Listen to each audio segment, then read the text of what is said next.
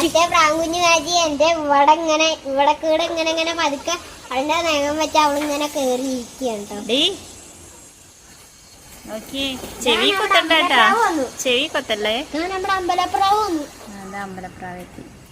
ഞങ്ങക്ക് റൈഡ് ചെയ്യാൻ പോവാ. ബായ്. പറക്കും.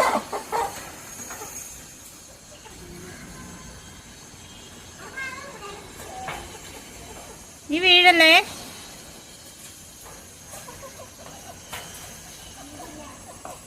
വാ പറന്ന് അമ്മയടുത്തേക്ക് വന്നു. വാ.